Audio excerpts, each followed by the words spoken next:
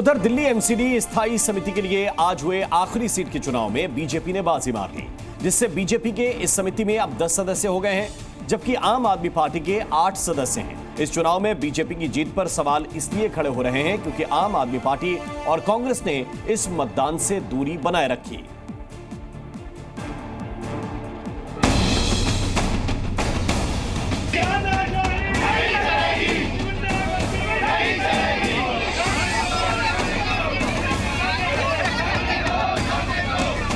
MCD यानी दिल्ली नगर निगम के स्थायी समिति की आखिरी खाली सीट के लिए हुए चुनाव में जमकर सियासी ड्रामा देखने को मिला। आम आदमी पार्टी के पार्षद जहां मतदान की प्रक्रिया से दूर रहे, तो वहीं कांग्रेस पार्षदों ने भी वोटिंग से दूरी बनाए रखी, जिसकी वजह से छठे सदस्य की ये सीट बीजेपी के खाते में चली गई। इस वोटिंग में बीजेपी कैंडिडेट सुंदर सिंह को 115 वोट मिले, जबकि आप उम्मीदवार निर्मला कुमारी को एक भी वोट नहीं मिला। इस जीत के साथ बीजेपी के अब समिति में 10 सदस्य हो गए हैं, जबकि सत्ताधारी आम आदमी पार्टी के पास केवल 8 ही सदस्य हैं। इससे स्थायी समिति में बीजेपी को बहुमत भी मिल गया है। इस वोटिंग में आम आदमी पार्टी की नाराजगी दिल्ली के एलजी और एमसीडी कमिश्नर के अचानक चुनाव कराने की वजह से सामने आई। दावों के मुताबिक दिल्ली मेयर को ये चुनाव कराने थे,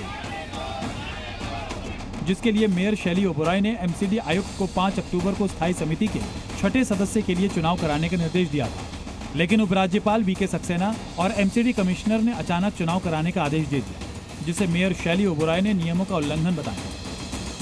इलेक्शन 5 तारीख को ही लीगल तरीके से होगा और मेयर होने के नाते मेरी भी जिम्मेदारी बनती है कि फेयर और ट्रांसपेरेंट तरीके से चुनाव हो, लॉ के हिसाब से चुनाव हो। ऐसी क्या मंशा है कि कल रातों रात इलेक्शन करवाने की कोशिश की गई और आज भी जो 1 बजे चुनाव की तारीख दी गई, जहां पर सदन में मेयर, डिप्टी मेयर या कोई सीनियर मोस्ट काउंसलर ही जो है सदन को प्रिसाइड कर सकता है, वहां पर किसी अधिकारी को लगाना पूरी तरह से असंवैधानिक है। वहीं इस मतदान से आम आदमी पार्टी ने दूरी बनाते हुए आरोप लगाया कि बीजेपी के इशारे पर इस प्रक्रिया को गैर कानूनी तरीके से अंजाम दिया गया। एमसीडी के कानून में साफ साफ लिखा है कि कॉरपोरेशन का सिटिंग बुलाने की, सदन की सिटिंग बुलाने का अधिकार केवल और केवल मेयर को है और किसी को नहीं है। एलजी साहब नहीं बुला सकते, कमिश्नर नहीं बुला सकते, केवल और केवल मेयर सदन का वो बुला सकती हैं और मेयर उसकी, जब सदन होगा तो मेयर उसकी अध्यक्षता करेंगी। एलजी साहब ने पहले तो कमिश्नर को आदेश दिए कि रात को 10 बजे तक चुनाव करवा दिए जाएं।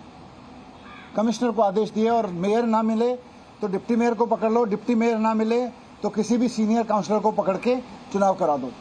रात भर बीजेपी के लोग वहां पे बैठे रहे। इस चुनाव से दूरी बनाए रखने वाली कांग्रेस भी बीजेपी को घेरने में पीछे नहीं रही। इंडिया अलायंस की क्या लड़ाई थी? ये तो लड़ाई थी कि कॉन्स्टिट्यूशन के अंदर मन चाहे चेंजेस करना भारतीय जनता पार्टी अब से नहीं, काफ़ी समय से करते आ रही है।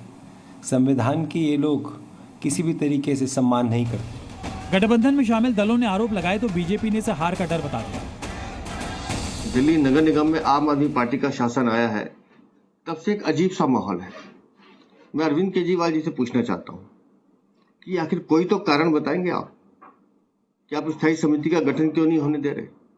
आज पूरी दिल्ली में सफाई व्यवस्था पूरी तरह से ठप है। ये डेमोक्रेसी की जीत है, लोकतंत्र की जीत है। हमने पार्टिसिपेट किया और जो दूसरी पार्टी आम आदमी पार्टी को पता चल गया था कि वो हारेंगे, फ्लोर टेस्ट में वो हारेंगे, और इसका असर सीधा सीधा दिल्ली के विधानसभा में पड़ेगा, और इसलिए डर की वजह से उन्होंने ये रणभूमि छोड़ दी।